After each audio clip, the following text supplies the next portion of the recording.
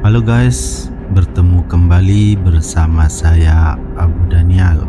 Kali ini Abu Danial akan tayang seminggu 3 kali. Semoga bisa selalu menyenangkan hati kalian semua. Amin, amin ya rabbal alamin. Baik, kali ini kita akan menceritakan kisah tentang Ummu Salamah. Seperti apa kisahnya? Yuk kita tonton videonya.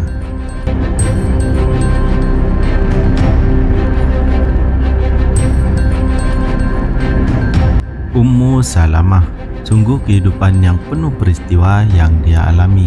Nama aslinya adalah Hind.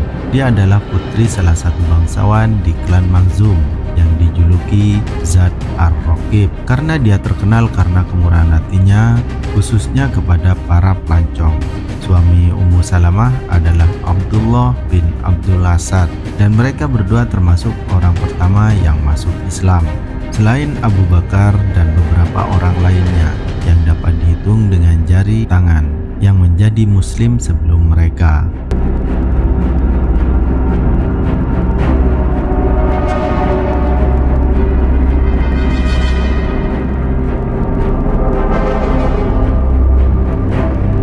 Begitu berita mereka menjadi muslim tersebar, kaum Quraisy bereaksi dengan kemarahan yang membara. Mereka mulai memburu dan menganiaya Ummu Salamah dan suaminya. Namun pasangan ini tidak goyah atau putus asa dan tetap teguh pada keyakinan baru mereka. Penganiayaan menjadi semakin intens. Kehidupan di Mekah menjadi hal yang tak tertahankan lagi bagi banyak pendatang baru. Nabi Shallallahu Alaihi Wasallam kemudian memberikan izin kepada mereka untuk berhijrah ke Abyssinia. Ummu Salamah dan suaminya berada di garis depan para muhajirin ini, mencari perlindungan di negeri asing. Bagi Ummu Salamah, hal itu berarti meninggalkan rumahnya yang luas dan melepaskan ikatan tradisi, garis keturunan dan kehormatan demi sesuatu yang baru, berharap keridhaan dan pahala dari Allah Subhanahu wa Ta'ala.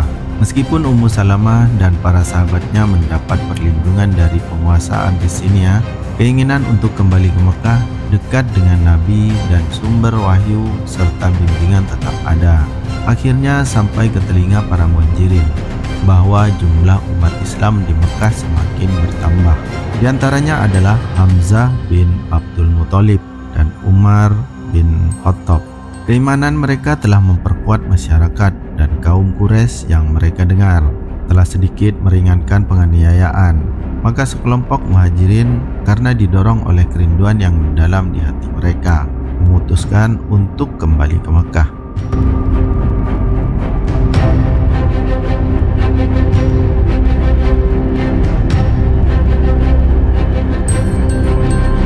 Meredanya penganiayaan hanya berlangsung singkat karena orang-orang yang kembali segera mengetahuinya. Peningkatan dramatis jumlah umat Islam setelah masuknya Islam oleh Hamzah dan Umar semakin membuat marah kaum Quraisy. Mereka meningkatkan penganiayaan dan penyiksaan hingga mencapai tingkat dan intensitas yang belum pernah terjadi sebelumnya. Maka Nabi memberikan izin kepada para sahabatnya untuk berhijrah ke Madinah. Ummu Salamah dan suaminya termasuk orang pertama yang berangkat. Hijrah Ummu Salamah dan suaminya ternyata tidak semudah yang mereka bayangkan. Faktanya, itu adalah pengalaman yang pahit dan menyakitkan serta sangat mengerikan baginya. Ketika Abu Salamah, suami Ummu Salamah, memutuskan untuk berangkat ke Madinah, dia menyiapkan seekor unta untuk Ummu Salamah, mengangkat Ummu Salamah ke atasnya, dan meletakkan putra Salamah di pangkuan Ummu Salamah. Abu Salamah kemudian memimpin dan terus berjalan tanpa henti. Namun sebelum mereka keluar dari Mekah, beberapa orang dari klan Ummu Salamah menghentikan mereka dan berkata kepada Abu Salamah, "Meskipun kamu bebas melakukan apa yang kamu suka dengan dirimu sendiri, kamu tidak mempunyai kuasa atas istrimu. Dia adalah putri kami. Apakah Anda mengharapkan kami mengizinkan Anda mengambilnya dari kami?" Mereka kemudian membawa Ummu Salamah darinya. Klan Abu Salamah, Bani Abdul Asad, melihat mereka membawa Ummu Salamah dan Salamah anaknya. Mereka menjadi panas karena marah. "Tidak, demi Allah," mereka berteriak, "kami tidak akan meninggalkan anak itu. Dia putra kami dan kami mempunyai klaim pertama atas dia." Mereka memegang tangannya dan menariknya menjauh dari Ummu Salamah. Tiba-tiba dalam kurun waktu beberapa saat, Ummu Salamah didapati sendirian dan kesepian. Abu Salamah berangkat ke Madinah seorang diri dan klannya telah merebut Salamah dari ibunya. Klan Ummu Salamah sendiri, Bani Makhzum, memaksa untuk tinggal bersama mereka. Sejak Abu Salamah dan Salamah terpisah dari Ummu Salamah pergi keluar pada siang hari setiap hari ke lembah itu dan duduk di tempat terjadinya tragedi itu. Ummu Salamah mengingat saat-saat mengerikan itu dan menangis sampai malam tiba. Ummu Salamah terus seperti itu selama 1 tahun atau lebih hingga suatu hari seorang lelaki dari Bani Umayyah lewat dan melihat kondisi Ummu Salamah. Dia kembali ke klan Ummu Salamah dan berkata, "Mengapa kamu tidak membebaskan wanita malang ini? Kamu telah menyebabkan suaminya dan putranya diambil darinya." Dia terus berusaha melunakkan hati mereka dan mempermainkan emosi mereka. Akhirnya mereka berkata kepada Ummu Salamah, "Pergilah dan bergabunglah dengan suamimu jika kamu mau." Tapi bagaimana Ummu Salamah bisa bergabung dengan Abu Salamah di Madinah dan meninggalkan Salamah yang merupakan bagian dari darah daging Ummu Salamah sendiri? Di Mekah di antara Bani Abdul Asad, bagaimana Ummu Salamah bisa terbebas dari derita dan mata Ummu Salamah terbebas dari air mata jika Ummu Salamah sampai di tempat hijrah tanpa mengetahui apa-apa tentang Salamah, anaknya yang tertinggal di Mekah? Beberapa orang yang menyadari apa yang Ummu Salamah alami dan hati mereka tertuju kepada Ummu Salamah. Mereka mengajukan petisi kepada Bani Abdul Asad atas nama Ummu Salamah dan mendorong mereka untuk mengembalikan Salamah anaknya. Sekarang Ummu Salamah bahkan tidak ingin berlama-lama di Mekah sampai Ummu Salamah menemukan seseorang untuk bepergian bersama Ummu Salamah. Dan Ummu Salamah takut terjadi sesuatu yang akan menunda atau menghalangi Ummu Salamah untuk mencapai Abu Salamah. Maka Ummu Salamah segera menyiapkan unta, meletakkan anaknya di pangkuannya dan berangkat menuju Madinah. Ummu Salamah baru saja mencapai Tanim, sekitar 3 mil dari Makkah. Ketika Ummu Salamah bertemu Utsman bin Thalhah, dia adalah penjaga Ka'bah pada masa sebelum Islam dan belum menjadi seorang muslim. "Mau kemana kamu, binti Zat Ar-Raqib?" dia bertanya.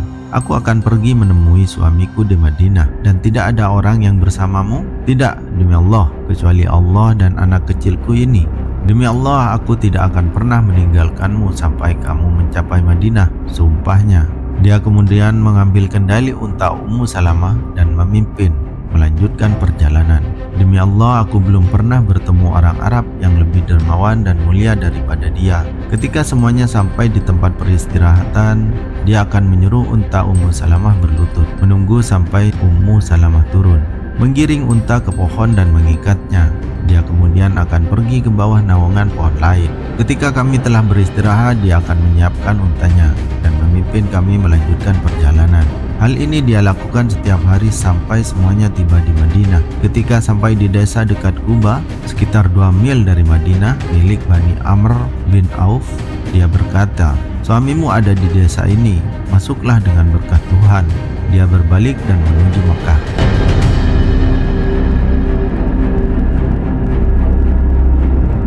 Jalan mereka akhirnya bertemu setelah lama berpisah. Ummu Salamah sangat gembira melihat suaminya dan dia senang melihat istri dan putranya. Peristiwa-peristiwa besar dan penting terjadi satu demi satu. Ada perang Badar yang melibatkan Abu Salamah. Kaum muslim kembali dengan kemenangan dan kekuatan. Lalu terjadilah perang Uhud yang memberikan ujian berat bagi umat Islam. Abu Salamah keluar dari sini dengan luka yang sangat parah. Awalnya dia tampak memberikan respon yang baik terhadap pengobatan, namun lukanya tidak pernah sembuh sepenuhnya dan dia tetap terbaring di tempat tidur. Suatu ketika Ummu Salamah sedang menyusui anaknya. Beliau berkata kepadanya, "Saya mendengar Rasulullah bersabda, apabila suatu musibah menimpa seseorang hendaknya ia berkata, sesungguhnya kita berasal dari Allah dan kepadanya kita pasti kembali." Dan dia berdoa, "Ya Tuhan, berikanlah kepadaku balasan yang baik darinya, yang hanya dapat diberikan oleh Engkau yang Maha Tinggi dan Maha Perkasa." perkasa. Abu Salamah tetap sakit di tempat tidur selama beberapa hari. Suatu pagi Nabi datang menemuinya. Kunjungan kali ini lebih lama dari biasanya. Ketika Nabi masih berada di samping tempat tidurnya, Abu Salamah meninggal dunia. Dengan tangannya yang diberkahi, Nabi menutup mata sahabatnya yang telah meninggal itu. Dia kemudian mengangkat tangannya ke langit dan berdoa, "Ya Rob, ampunilah Abu Salamah, tinggikan dia di antara orang-orang yang dekat denganmu. Jagalah keluarganya setiap saat, ampunilah kami dan dia, ya Tuhan alam semesta. Luaskan kuburnya dan jadikan cahaya baginya." Ummu Salamah teringat akan doa yang diucapkan suaminya di ranjang kematiannya dari Nabi dan mulai mengulanginya. "Ya Tuhan, bersamamu aku serahkan penderitaanku ini untuk dipertimbangkan." Tapi dia tidak sanggup melanjutkan. "Ya Tuhan, berilah aku sesuatu yang baik darinya." Karena dia terus bertanya pada dirinya sendiri, siapa yang lebih baik dari Abu Salamah. Namun tidak butuh waktu lama sebelum dia menyelesaikan permohonannya, umat Islam sangat berduka atas nasib Ummu Salamah. Dia dikenal sebagai Ayyid al-Arab, orang yang kehilangan suaminya. Dia tidak punya siapapun di Madinah, kecuali anaknya yang masih kecil, seperti ayam betina tanpa bulu. Baik kaum muhajirin maupun ansor merasa mempunyai kewajiban terhadap Ummu Salamah. Ketika dia telah menyelesaikan iddah 3 bulan 10 hari, Abu Bakar melamarnya, tetapi dia menolak. Kemudian Umar meminta untuk menikahinya, namun dia juga menolak lamaran tersebut. Nabi kemudian mendekatinya dan dia menjawab, "Ya Rasulullah, aku mempunyai 3 sifat. Saya seorang wanita yang sangat cemburu, dan saya takut Anda akan melihat dalam diri saya sesuatu yang akan membuat Anda marah dan menyebabkan Allah menghukum saya. Saya seorang wanita yang sudah lanjut usia, dan saya seorang wanita yang mempunyai anak." Nabi menjawab, "Mengenai sifat iri hati yang kamu sebutkan, aku berdoa kepada Allah Subhanahu wa Ta'ala agar menghilangkannya darimu. Mengenai pertanyaan usia yang Anda sebutkan, saya menderita masalah yang sama seperti Anda. Mengenai tanggungan keluarga yang Anda sebutkan, keluarga Anda adalah keluarga saya. Mereka menikah, maka Allah mengabulkan doa Ummu Salamah dan memberinya yang lebih baik dari Abu Salamah." Sejak saat itu, Hind al-Makhzumiyah bukan lagi ibu Salamah saja, melainkan menjadi ibu seluruh umat beriman, Ummu al-Mukminin. Itulah kisah tentang Ummu Salamah. Semoga bermanfaat. Saya akhiri. Assalamualaikum warahmatullahi wabarakatuh.